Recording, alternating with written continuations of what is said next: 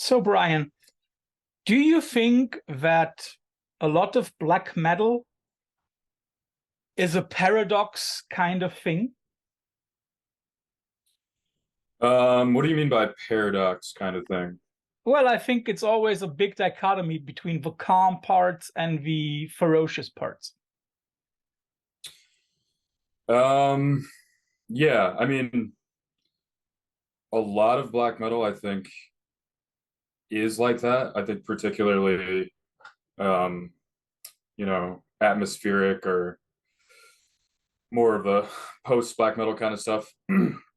I think that's something that's comes with the territory if you have more of a focus on trying to incorporate a lot of melodic elements. But then, I mean, there's a lot of black metal that's just like relentless and really straight ahead. And um, I think there's plenty of black metal where there's less of what you're talking about with the interplay between the calmness and like the ferocity. And if you now want to find out more on what Brian Tennyson from Eve has to say about the structure of black metal, then enjoy the rest of this episode on the Veil of Sound interviews. Welcome everybody back to Veil of Sound. It's our interview Sunday, and I'm very, very happy to have somebody from, in my perspective, an up-and-coming and very important American black metal band here on our show, Brian Tennyson from Eve. Thanks for being on the show. Thanks for having me, man. This is awesome. Pleasure. First question here on Veil of Sound is always, what is the shirt that you're wearing today? This is Bluthaus Nord, Memoria Vetusta One. Awesome. Probably my favorite Blut record, which is saying a lot, because that band is amazing. So yeah, and I would also agree that that band has hardly any flaw in its discography. Yeah, seriously, the Memoria series of albums is like some of my all-time favorite stuff for sure. And it's also once again interesting that a French black metal band using a German name is born by an American guy. I love the global closeness of our community. And also congratulations, you pronounced it pretty well for an American. Or for an English-speaking person in general. Yeah, Bluthaus Nord. But that is okay. You did really well. Okay. Cool. If anybody asks now I know. What I'm wearing, I have to promote my friend Jesse and his always lovable Ken Mode guys. New album gonna be up soon. It's amazing. So yeah, if you want to enjoy not only black metal but blackened noise, hardcore punk, however you want to call it, wait for Void to come. Brian, I have to ask this in a way. What I really like about Eve is the calmness that you sometimes purvey. And my question also, when I looked at the video that we were allowed to host a few weeks ago, Mirroring, which is completely only nature. You only see nature and nothing else. Would you say that your environment from New England, where you're from, does that play a role for Eve? All the nature around you? I think it must, whether we're totally aware of it or not. I think something like that's kind of interesting about us and our environment is, the band is largely from central Connecticut, which is really not a place that's very close to nature. It's a pretty developed part of the country, really. But we definitely make a point to stay close to nature as much as we can. And like where I live in particular is I live like right at the base of a mountain, and there's a hiking trail right there. So yeah, I think it's probably there's probably some kind of intersection that we're not entirely conscious of, where we have this sort of we live in this sort of developed and kind of more industrious area, but our focus is a lot more on the natural elements. And yeah, I was spent like 4 years living in Maine, which was, I was a lot closer to nature then as well. So it's a focus, but I think it's also, like I said, we also definitely have this other kind of environment that we're in that probably plays a role as well. Mhm. Coming back to the mirroring video, who came up with the idea of basically using only nature footage for your video? That was our friend Damien from Robes of Snow. He he I'd sent him the album and ahead of time, and he reached out and said that he wanted to make a video for mirroring, if I'm remembering correctly. And we just sort of said, do your thing. And, he kind of interpreted it in his own way. And that's what he came up with. And I thought it was totally cool. And so it was really like his creative kind of direction on that, and his interpretation of the album and the music.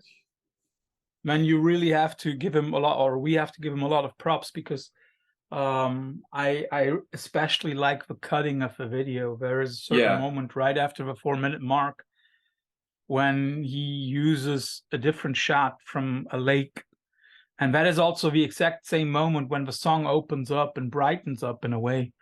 So I really have to, or we all have to give him a lot of credit for that. That is a wonderful cut. I agree. But what one has to say is that also something that is striking about Eave, although you have those, for a lack of a better word, let's say classic atmospheric black metal calm moments, you never, and that is interesting, you never go down all the way like other black metal bands who then even use like field recordings and stuff. There is always an instrumental that is leading also the calm moments. Is that something that is a conscious decision by the band, or is that just something that comes along? I think it's conscious, like specifically for Fervor.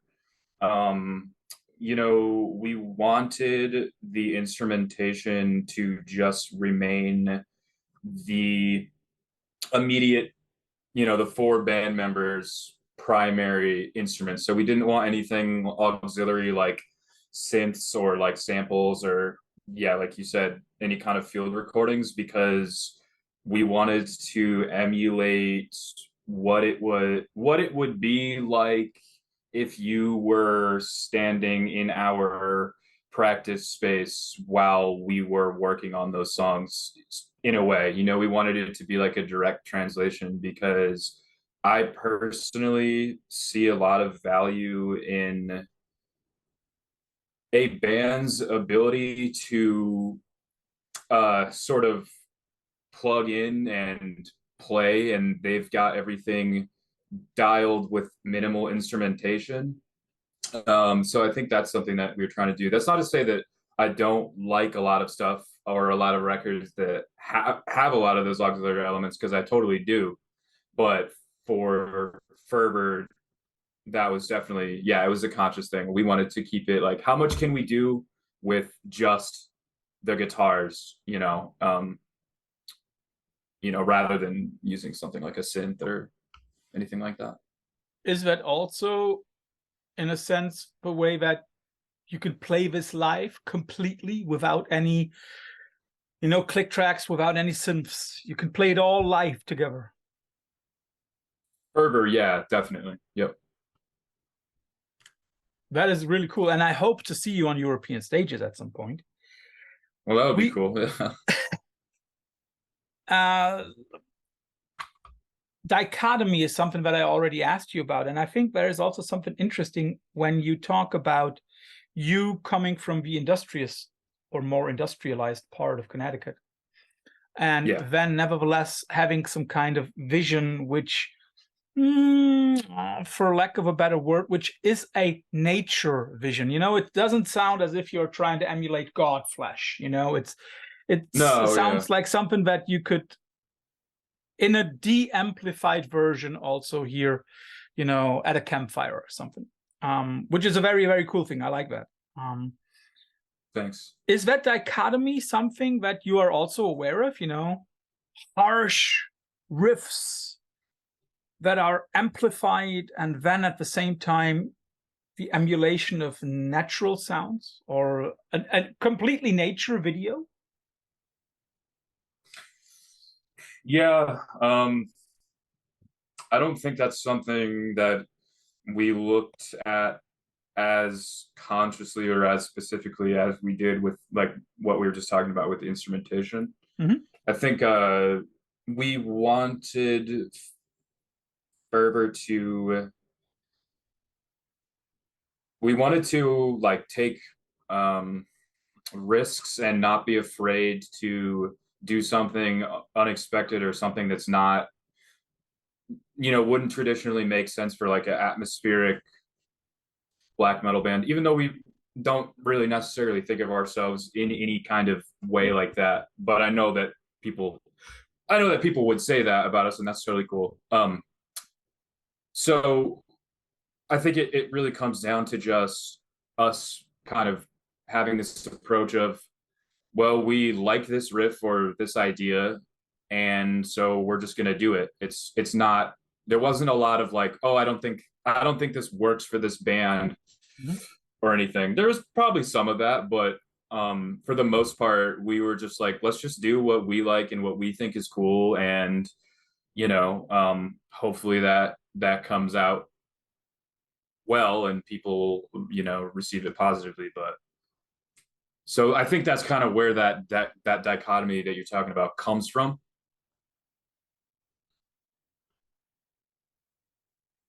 Oops, I lost you there. Okay. What we also Gotcha. what we also maybe have to clarify is the band name, because Eve, I looked it up and I only found something related to construction worker architecture. Yeah. But at the same time, it's a homophone. So what is the band's meaning or the band's idea of your own band name? So basically, it was just a word that I felt was a good name because it doesn't necessarily tell you that this is going to be a metal band or this is going to be a black metal band or anything like that. It's just a band name, and I don't think it has really too much meaning attached to it, which I like, because then you don't end up uh you know giving any kind of expectation for the music.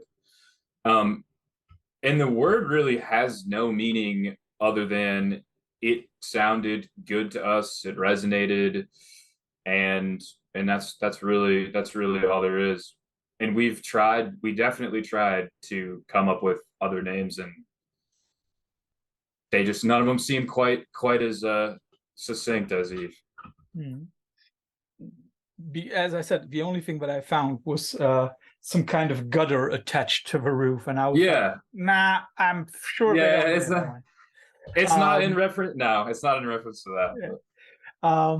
But yeah, as you say, I also think it's a very, from a sound perspective, it's a very nice name. And as you said, it doesn't give away anything. I mean, like, if you hear it, one might think of a certain female porn star turned rapper back after the millennium. But she was written without an A, so otherwise, who. And I think it's also good, as you said, no expectations. Was that important for you, that you basically have a band name from which you could publish nearly anything? Yeah, definitely. I think that was probably the most important aspect of the name. Is this openness also something that you strove for? You know, like, okay, at the moment we're playing black metal or atmospheric black metal, but we could also see ourselves doing some kind of like, let's say, atmospheric death or dark folk or whatever you want to call it. Is that something that, you know, say that at the moment we're a black metal band, but we could also touch on other ground? Yeah, definitely. I think we have a general idea of what we want to maintain in our music, and we have a sort of vague idea of like what is our sound and what is sort of inevitable for our band. But I think that could be applied to other genres, and it's something that we've definitely talked about and we would, you know, potentially do. Mm-hmm. You've already mentioned that you as a band, and I think that's true for nearly every band, you don't like to be categorized, which I can totally understand because, you know, people need to box a band into some kind of drawer where you as a band normally would not fit in. But it's also interesting to see how has the black metal community by now reacted to Fervor? How have reactions been? I would say for the most part, they've been really positive. If and you know, anything that I've seen that is not positive or is like a criticism, it seems to maybe be that some of that comes from the expectation of, okay, here's this band, here's their logo, here's their label.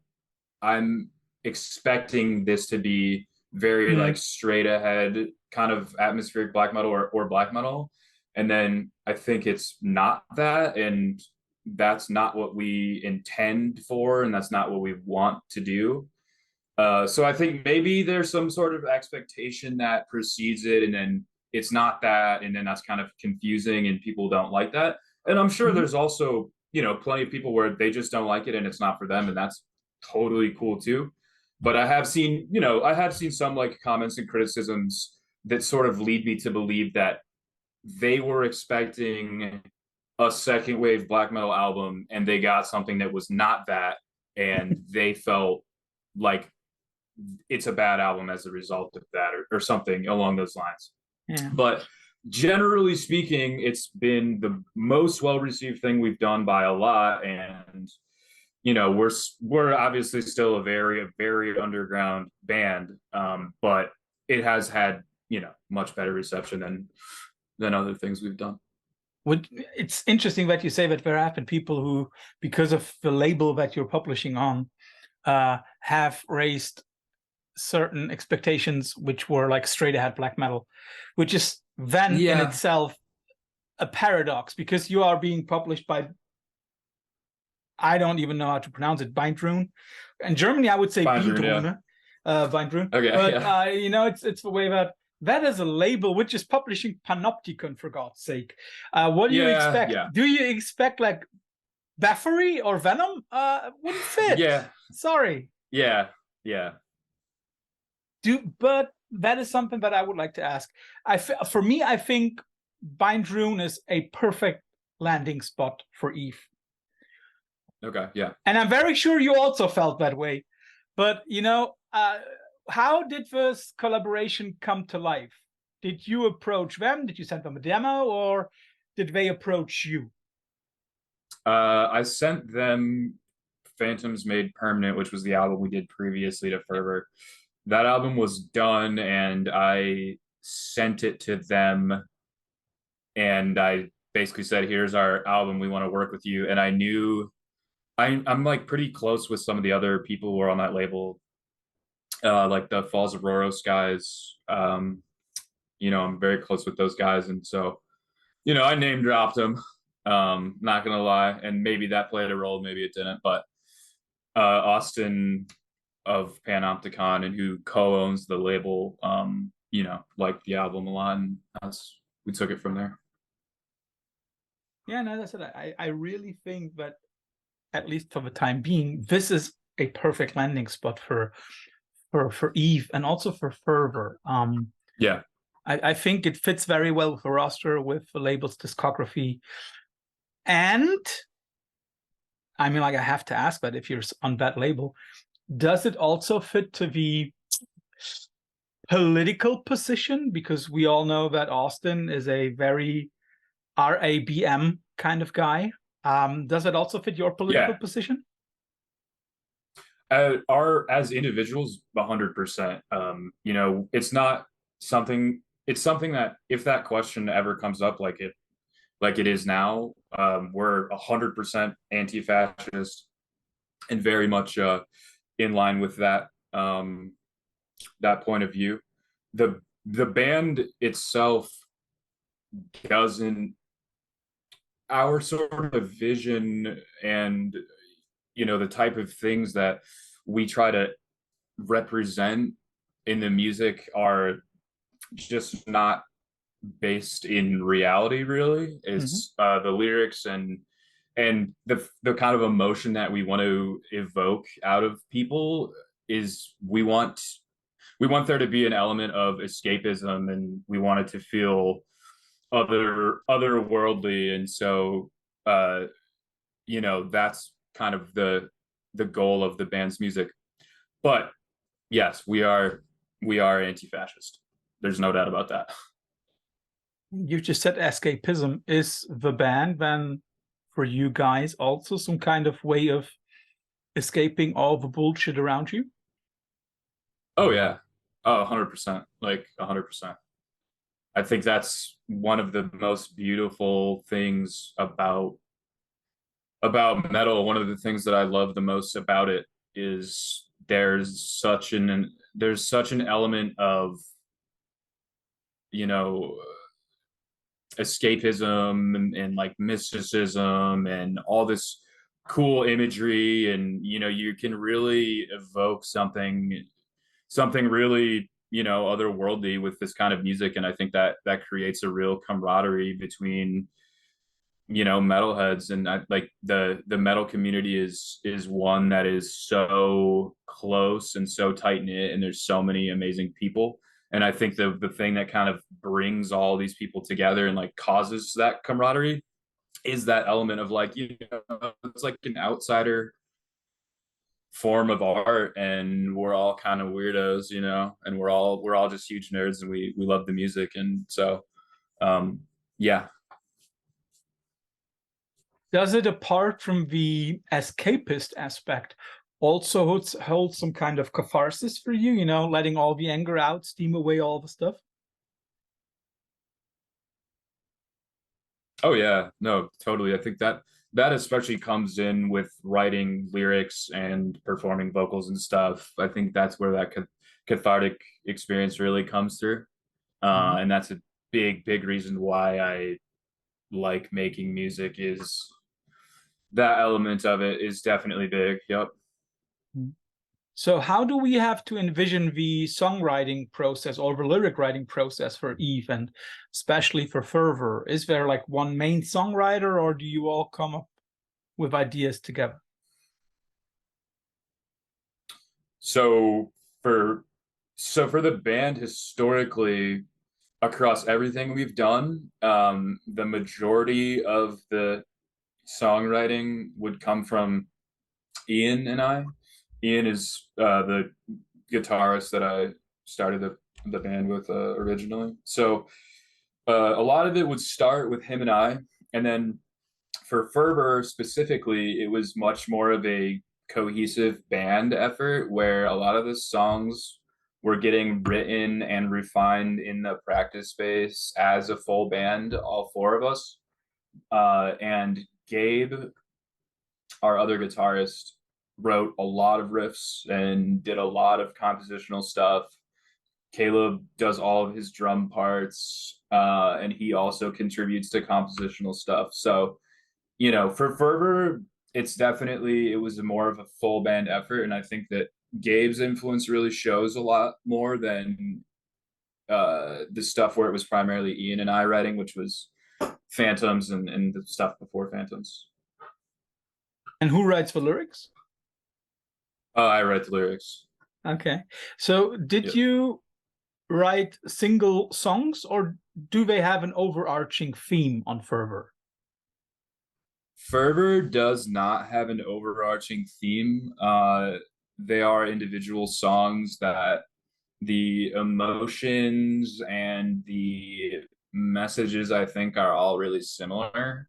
Mhm. And they do sort of, they do sort of fit together in a way, but no, there's no theme, there's no like concept or anything like that. It was just sort of my like typical lyric writing process would be, once the songs are complete enough where we have a recording from practice that is instrumentally pretty much all the way there, I will listen to those songs over and over, um, on my phone or whatever, and spend some time with them and sort of let them sit and see what kind of images I hear from the music, or how does this the music, just the instrumentals, make me feel, and then I'll try to match words to what I'm feeling, basically. Mhm. What I found with a lot, not a lot, a few of the a few of the track titles and a few of the images that you purvey is that there seems to be some kind of fascination with the question of reality and non-reality or fiction. Because, for example, Oh yeah. Mm-hmm. you are talking about, or you have two tracks which are called Mirroring and Bending the Light. It sounds as if, there is this paradox between what can I see, what can I perceive, what is real. Because of course, if you mirror something, you have some version of the reality, but it's twisted around. And if you bend the Right. light, then you will also get a different version of the shapes that you had before. So is that something that fascinates you, this paradox between reality and fiction, visibility and hidden? Yeah, totally. I think what you just said, your interpretation of those song titles and what that made you think, that's like the kind of thing that I want. I want people to have that kind of reaction, like, oh, this is how I'm interpreting this, and this is how it sounds to me, and like, I totally think what you just said makes sense and is valid and is along the lines of, what I had in my mind too. Mhm. But I also want people to just have that type of experience where you're thinking, okay, look, this is kind of what this seems like to me, and I think any of that stuff can be valid. But for me personally, to answer your question, definitely there in the lyrics, there's and with the music in general, the question of perception and reality, and especially how that relates to religion, is something that I think of often, and is something that I want to work into the music. And I think that largely relates to what I mentioned earlier, which is that for me, a big aspect of metal that I love is it's so escapist and oftentimes so based in fantastical elements. And so for me, listening to the music of Eve, those are the kinds of images that come to me. And I like to tie the fantastical, mystical elements to like subtle hints of how is this fantastical, mystical thing reflected in the real world. Mhm. um and so, when I like I said, we're not a band that has much to do with making any kind of statement about reality, but I do like to, you know, do a little bit of reflection and little subtleties like that, I guess. You've just mentioned the broad topic of religion. Um, mm, Not asking if Eve has anything to do with religion. I know you're not a tooth and nail tooth and nail then, which is good. But has religion ever played a role in your personal life? Or maybe does it still play one? It does not. But I was raised Christian, and I was kind of, made to go to church up until I was like 12 or 13, until my mom eventually stopped making me go, because I was never just never, bought it or whatever. And in general, it's something that I think it's definitely a trope of black metal, to this, anti-Christianity and stuff like that. It's definitely something that's pretty beaten to death in black metal, and so it's not something that I like to put much of a focus on talking about. But I think it's part of a larger kind of issue, and it has a lot of implications. And I find it interesting for me to sort of reflect on, what that kind of experience was like, being, you're when you're really young and impressionable, and you're being told these things as fact, and then, as you get a little bit older, you realize that it's not a fact. And it's totally one of those things where it's like your perception, it's real in your mind, but does that make it real outside of your mind? And so I think that's kind of the thing that ties into Eve and the lyrics. And there's definitely things that are in the lyrics that have to do with faith, and how I don't have any faith. Yeah. Very interesting thing. Let's go back to one of the track titles, because there also I saw a certain kind of ambiguity and variability. One of the tracks is called "Chance is a Spectre." So first of all, chance is an ambiguous word, because it always relates to your own personal definition of it. What is chance? Is it a positive thing? Is it, again, something escapist? Yep. What is it? And a specter, which is, of course, a highly variable idea. What is the song's intention? Is the intention, as I see it, to spread some kind of hope? Or is the intention, first of all, to make people think? Because when I listened to it, and when I reflected on the song title, I was like, okay, there is a little bit more than a glimmer of hope in it. Yeah, I like your interpretation of it, for sure. But I think the title, and the title comes from the lyric, which is "Chance is a specter, spurred like a mare," and that to me means opportunity is something that is fleeting and can sort of erupt out of nowhere. Yeah. So to answer your question, I think it's to make people think. And yeah, there is that glimmer of hope, or more than a glimmer of hope, that you're referring to, because like a lot of I think Eve's music is maybe people. I know that people see it oftentimes as depressing or downtrodden, but I think that we always try to maintain that glimmer of hope, like what you're talking about. So that song, to me, what's the message in that song, or what's the emotion that we're trying to convey? It's definitely one of the harsher songs. It's definitely meant to be kind of more like a ripper on the album, and I think it definitely wakes you up. Those lyrics, and those lyrics and that line match that. Like I said, that's what I felt listening to the song, and I wanted to put that into words.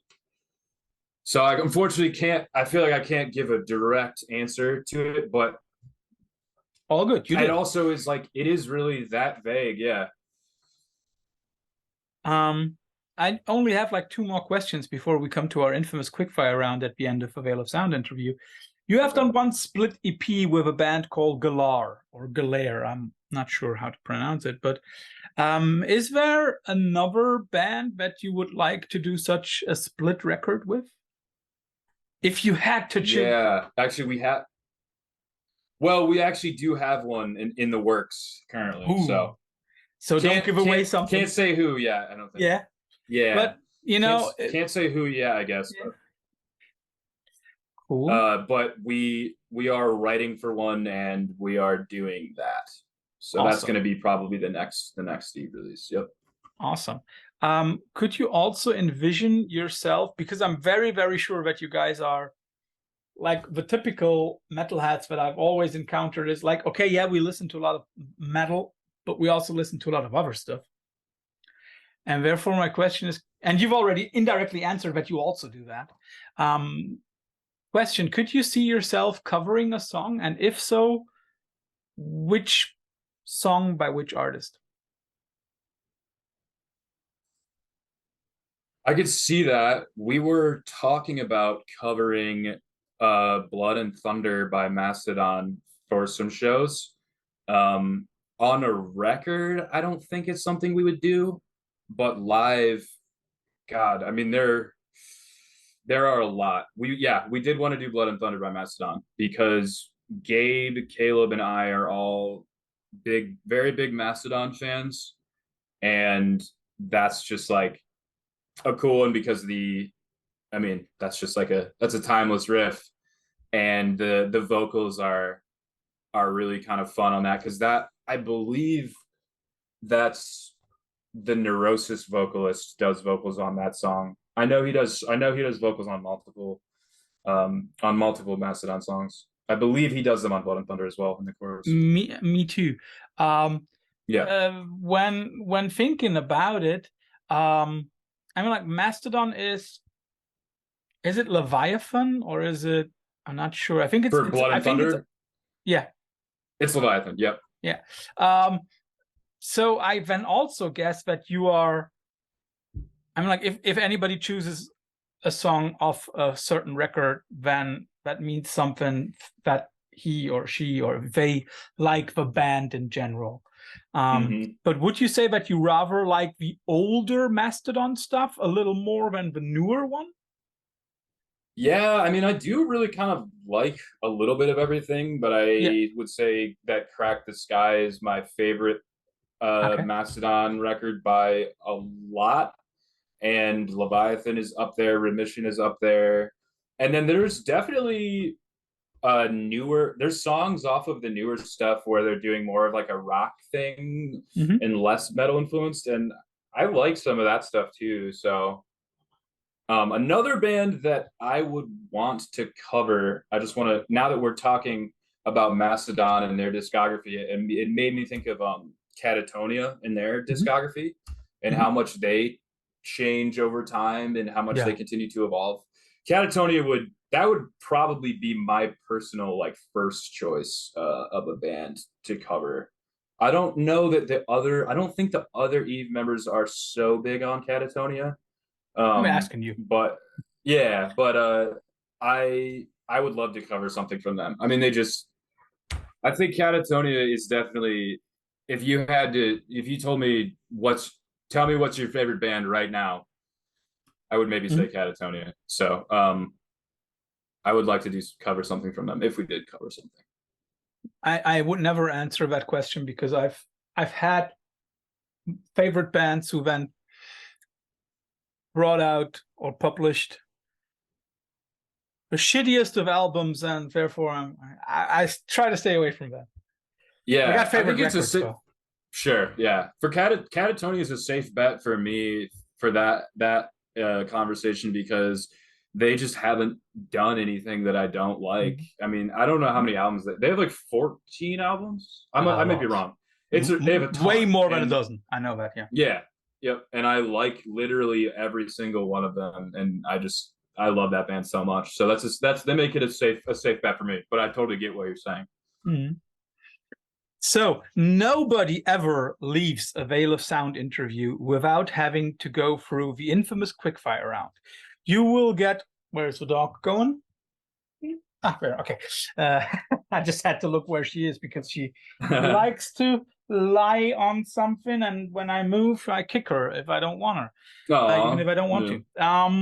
Yeah. So the infamous quickfire round, you will get two alternatives, and you have to choose. It could be like Pepsi versus Coca-Cola. It could be Atlanta versus New Orleans. It could be deep dish versus Italian style pizza. You have to choose one of them and give a short explanation.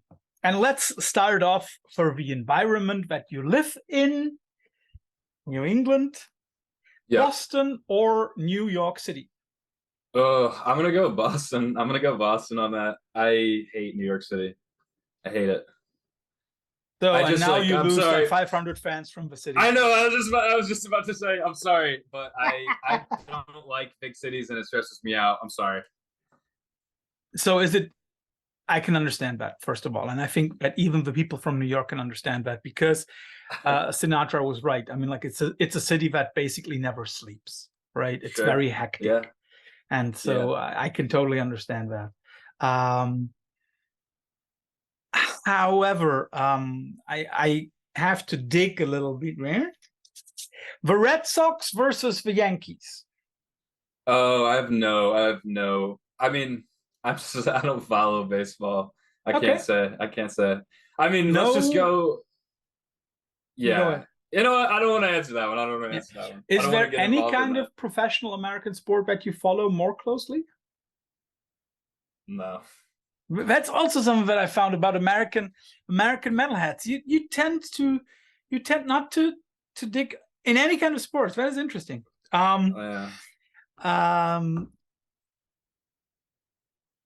As your home state of Connecticut is right between it, I have to ask: the forest or the sea?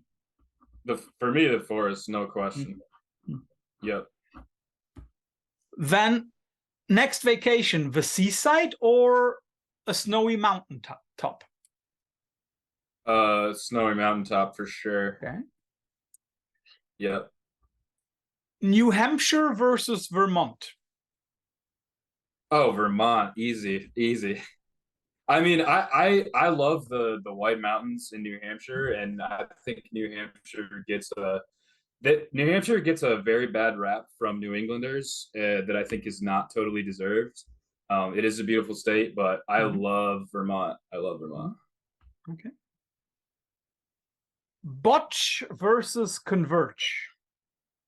I'm gonna go Converge on that one. Mm-hmm. Yeah, Converge is a little bit more of a formative band for me in the early days getting into extreme music. Sick of It All versus Agnostic Front, New York hardcore. Don't listen to either of those bands. I can't say. Okay. Yeah. Probably because you're a little younger than me, right? I guess could be late 20s, early 40s, maybe. 28. Yeah. Yeah. See, so like the mid 40 guy. Yeah. As I'm not sure if you listen to any kind of hip hop at all. Again, something between where Connecticut is in between. The Beastie Boys versus Drake. I'll go Beastie Boys on that one. Okay. And now let's go a little bit more into metal. Okay. Bathory versus Venom. As soon as you said Bathory, there would be no other band I don't think you could say after it that would make me not pick Bathory. Blut aus Noch? It's good. I don't know. That's actually a good one. You're just reacting. I love Bathory. For that, I mean, if you're talking about first wave or even like first and second wave, probably I mean, I love Bathory. I'll just say that. I love Bathory. Yeah, as sad as the story is, right? But it's again, a flawless discography, right? Yeah, I mean, I love them. Mm-hmm. Let's go a little bit more to the Pacific side of the US. Wolves in the Throne Room versus Meesmore.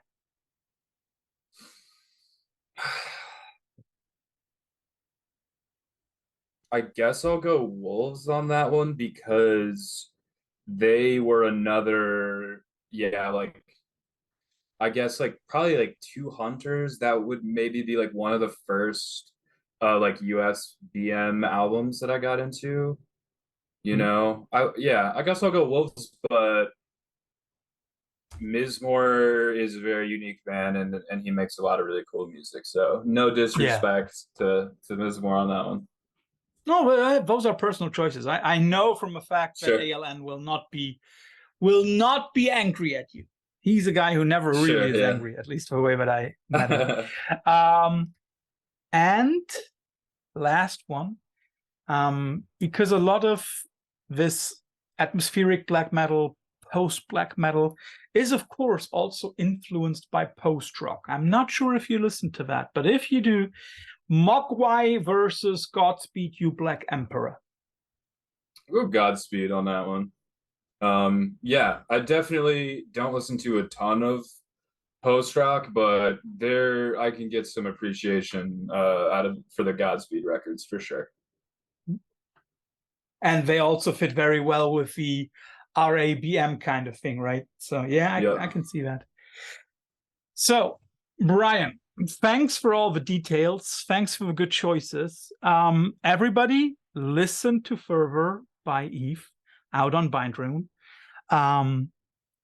I think it's a really awesome atmospheric black metal album, so highly enjoyable. You can also Thank you. still find the video for Mirroring here on our website. If you like the stuff that we do, give us a subscription, leave a comment, maybe follow us on Facebook, follow us on Instagram, wherever you want to. Drop us a line on who we should interview next, or also maybe a question that we forgot to ask. We could still try to get that to Brian and then make him ask in a little comment. And if you want to support us a little bit more, go to our website where you find the information for our Patreon. And now, Brian, for you, chance of final last words. Not too much to add, but thank you so much for having me today. It was a really great conversation, and I really appreciate it, man. Thanks a lot. Enjoy the rest of Thanks. your day, man. You too, man. Thanks. Bye-bye.